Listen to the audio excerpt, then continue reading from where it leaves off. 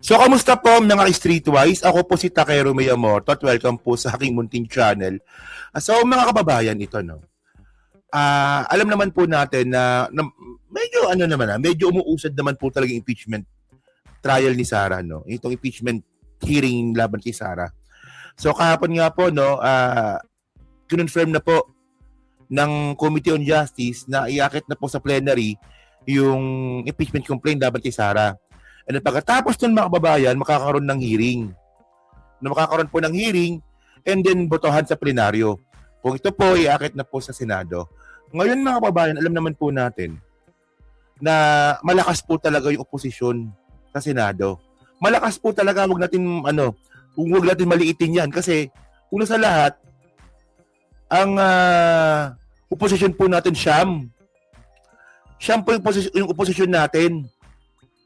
Ang kailangan lang pong boto para po matanggal si Tito Sotto is 4.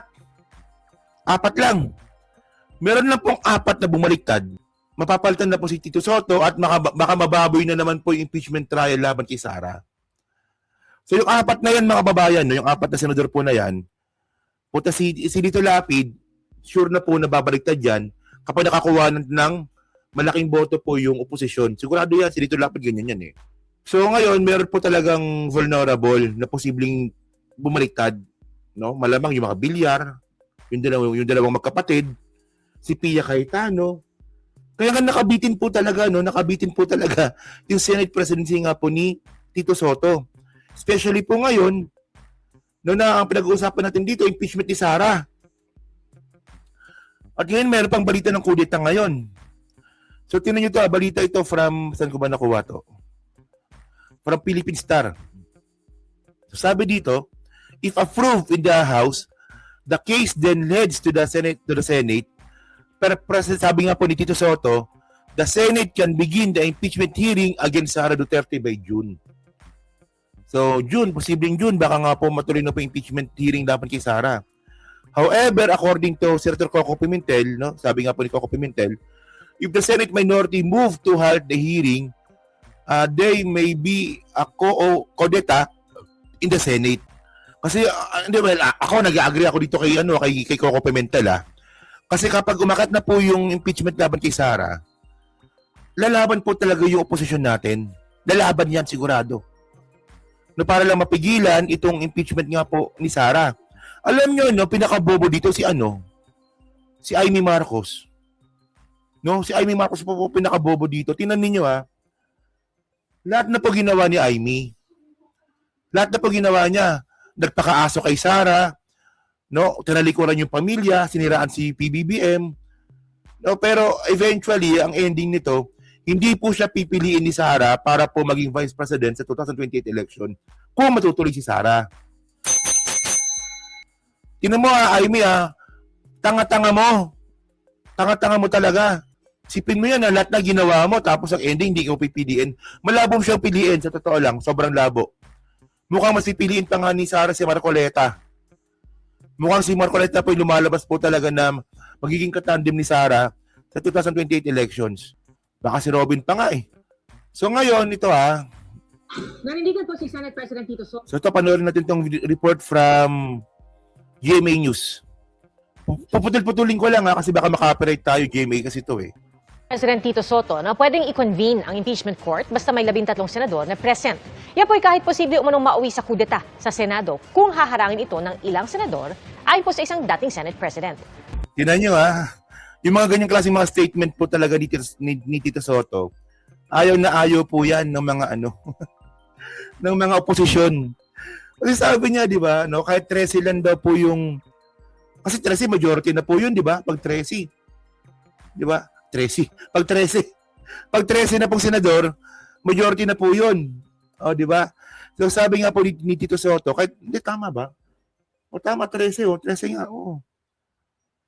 O tama 13 nga, 13 majority na po 'yun, no. So kahit 13 lang daw po, no, na senador ang uupo sa impeachment court, tuloy daw po impeachment trial. Yung mga ganyang klaseng statement nga po ayaw ng opposition 'yan. So kaya no, mukhang mukhang dito natin makikita na gagawin po talaga lahat ng mga ng oposisyon natin para nga po pigilan ang impeachment ni Sara. May 5 miyembro ngayon ng tinaguriang Duterte Block sa Senado, sina Senador Bato de la Rosa, Bongo, Rodante Marcoleta, Robin Padilla at Amy Marcos. Bahagi Yan pa lang, Duterte Black pa lang, problema na yan. No? Si Bato, si Bongo, si Robin, no? Ito, si Robin, si Amy, at saka si Marcoleta. So sure na po yung 5 na magiging against nga po sa impeachment ni Sara. Sure na yung 5. Tapos may kasama silang 4. May kasama silang 4. sila ng minorya, kasama sina Senador Alan Peter Cayetano, Cheese Escudero, Joel Villanueva at Jinggoy Estrada.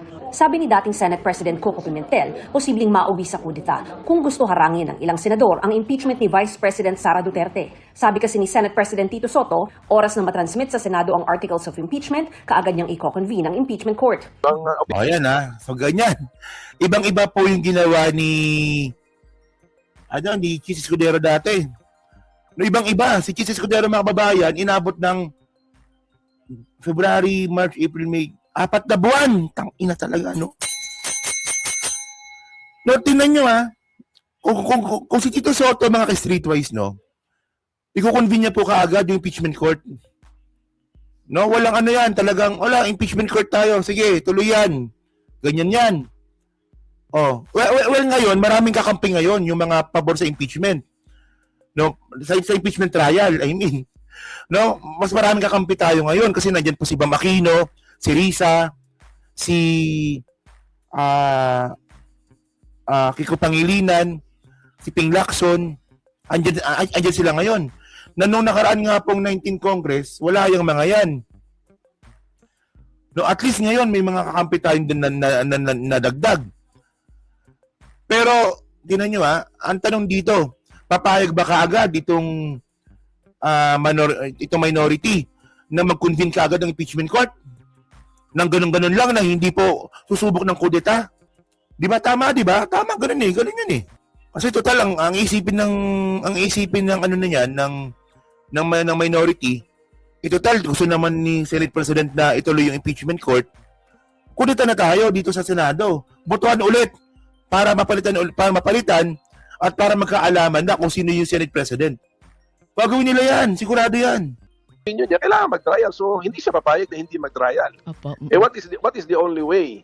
What is the only way na ma-enforce ng majority kung ayaw nila mag-trial? Ang laki ng minority ngayon, 15 versus 9 eh. Opo. Tandaan mo na you only need 13 votes to elect the Senate President or to elect a new Senate President. Tingin ni Pimentel, maninindigan si Soto kahit Actually, ang pinaka-problema natin dito, sabi ko nga kanina, di ba? Nakabitin po ngayon yung Senate presidency nga po ni Tito Soto. Kasi sobrang dikit, di ba? Sobrang dikit ng ng balanse 15 to 9. So kung meron lang lumipat na 4, yari na tayo. Yari na. Mapapalitan po si Tito Soto, malamang si Alan Peter Cayetano po yung magiging Senate President natin.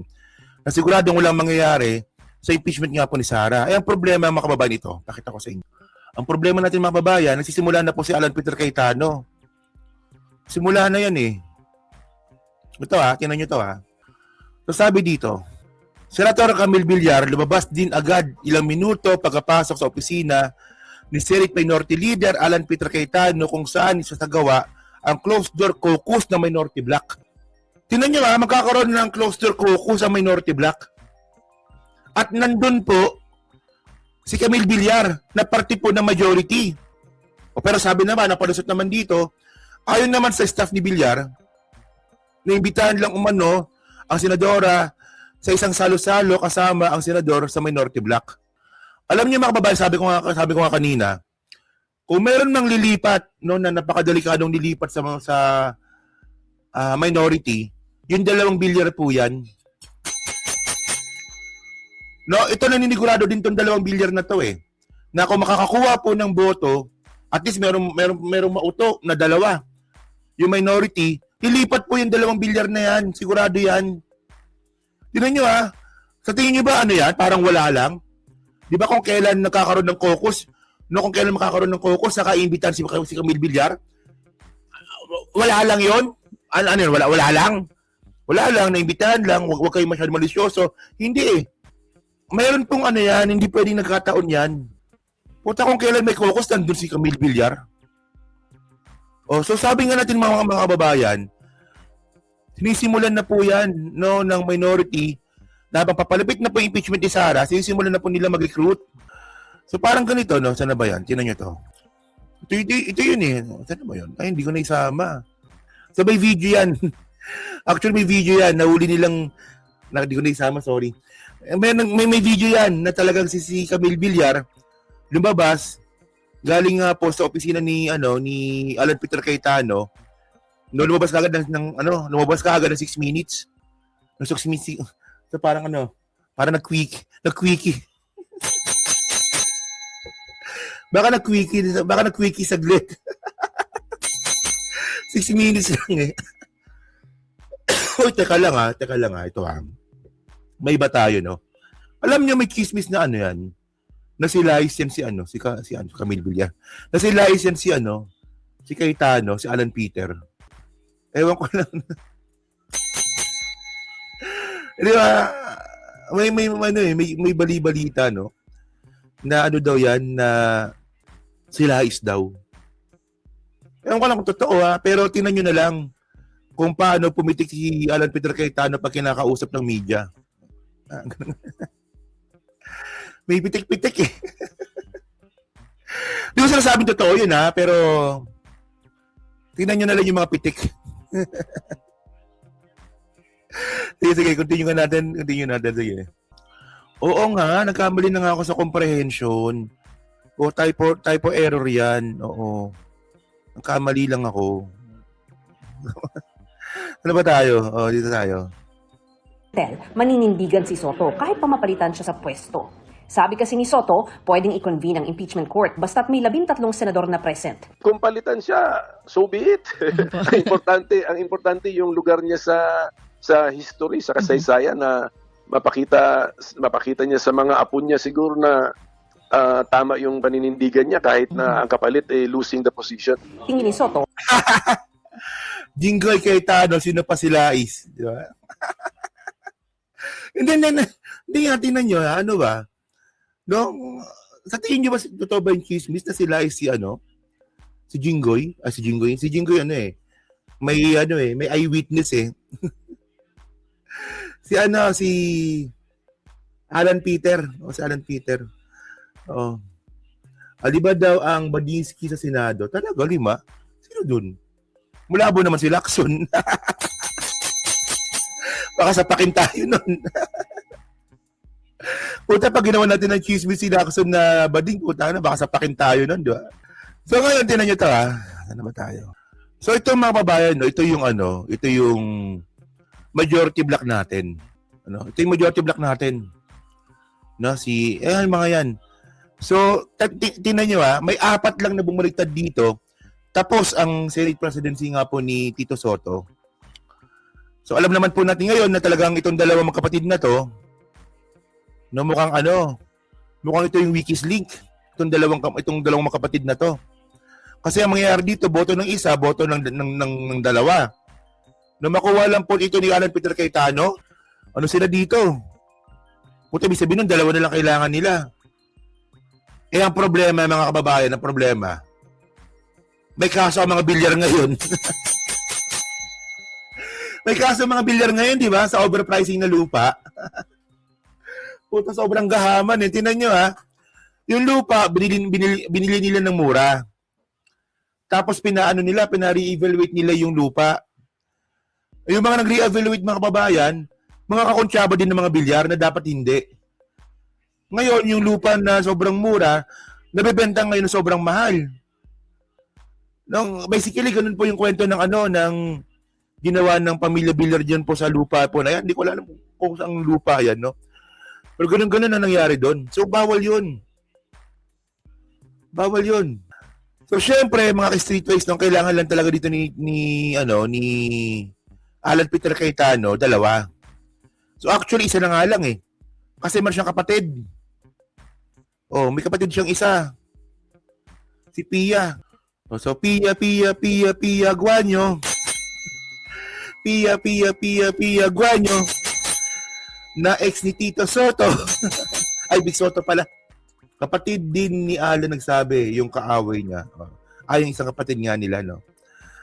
So ngayon, okay. So, actually, no, ang nanganganib dito, kailangan na lang ng isa.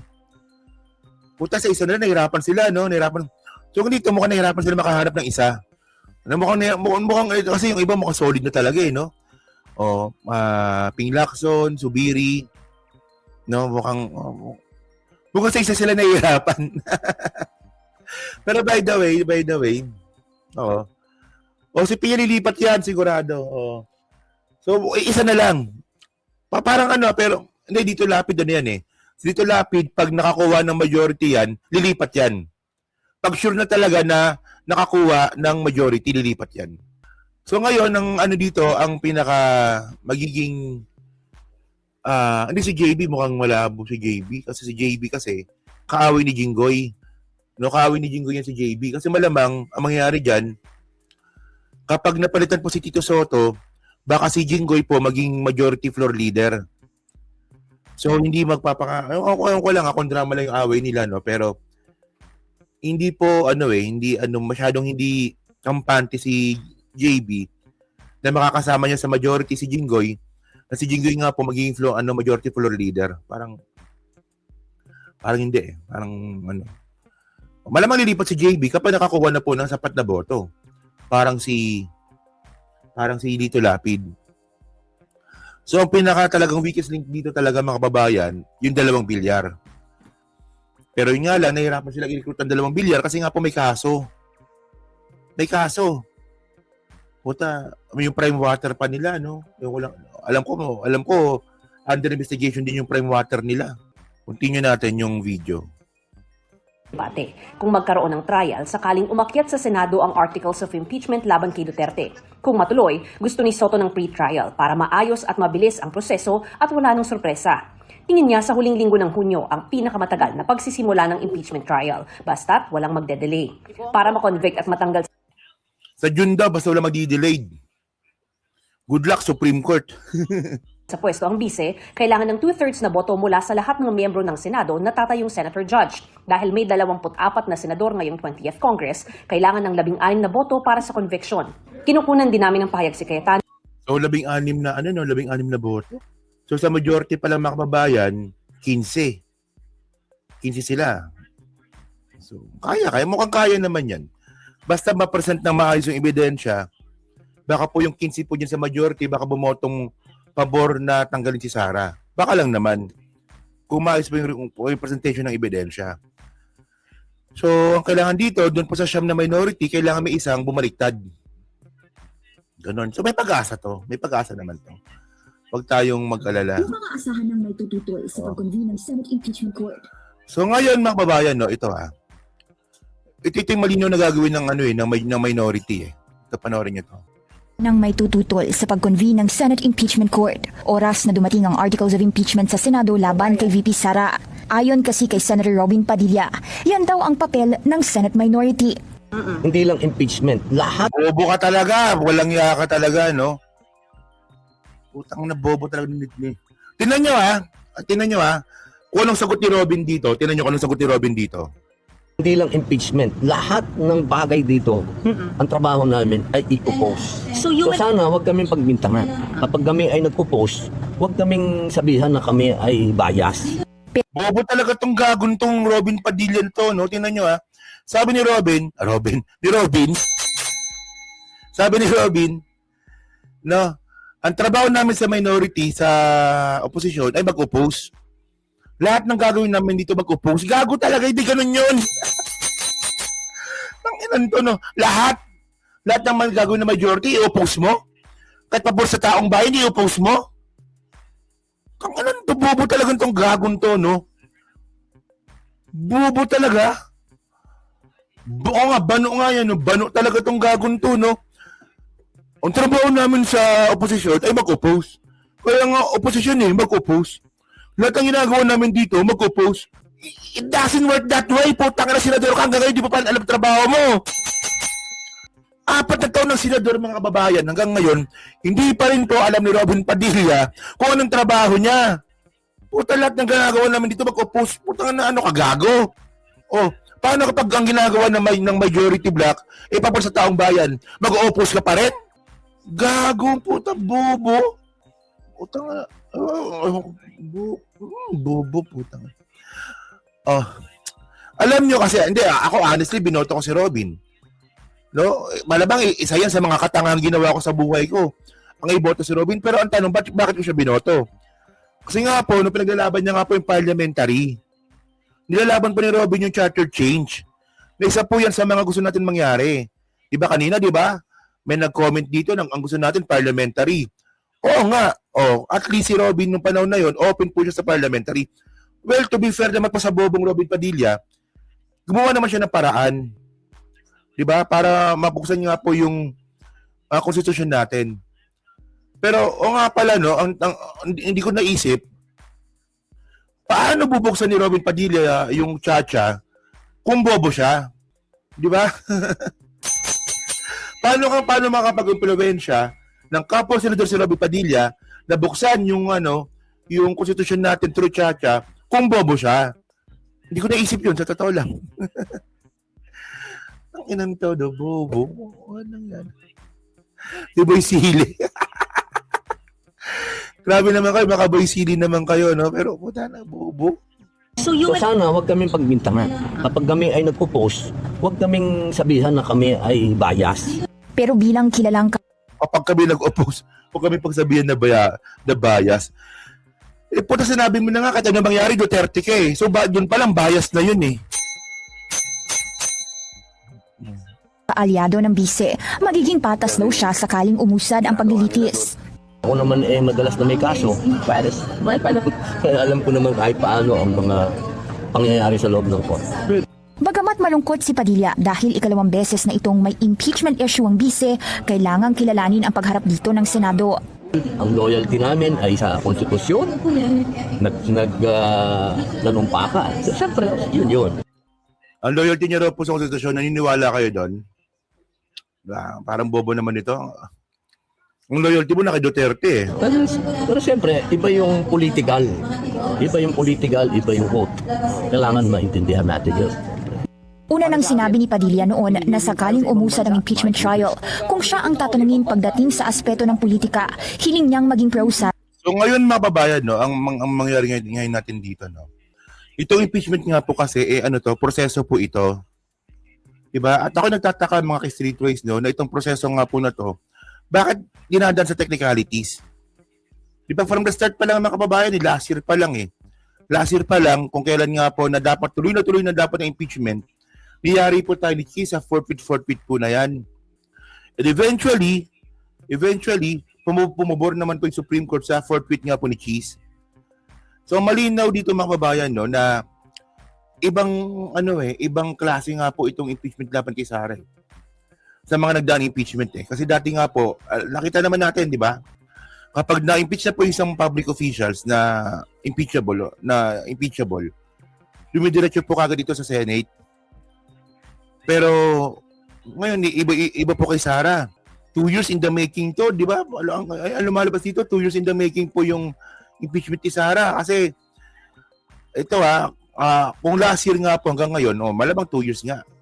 Kasi alam nyo kasi, no, ang nakalimutan kasi natin dito, no, especially nga po itong mga DDS, na mga bobo, malabang mga bobo nga yung mga yan, na hindi ito tungkol kay Sara eh. Itong impeachment na to, hindi ito tungkol kay Sara. Tungkol po ito sa mga nagawa niya mismo. Tungkol po ito sa mga aligasyon laban kay Sara. Hindi ito tungkol kay Sara mismo. Tungkol ito sa mga ginawa ni Sara. Alam naman natin yun. Di ba? Yung COA, pinababalik 448 million. Di ba? Tapos may mga pumasok na bank accounts na nanggaling nga daw po, allegedly, sa isang drug lord. Doon pa lang, finish na po yung usapan eh.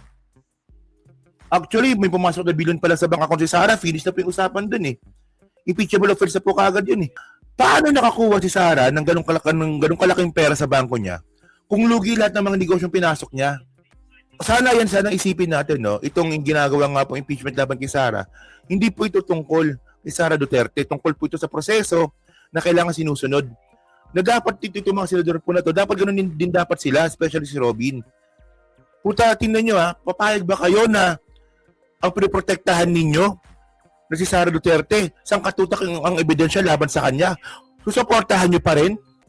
Ewan ko lang kung anong klaseng kapal ng mukha itong meron itong mga to, no? Pag ginawa nila yon. Ako naniniwala ako na may senador na gagawa nun. Pero sobrang kapal ng mukha nun, mga kababayan. Puta, 448 million mga ka-streetwise, hindi mapaliwanag ni Sara kung paano niya ginastos, susuportahan ninyo?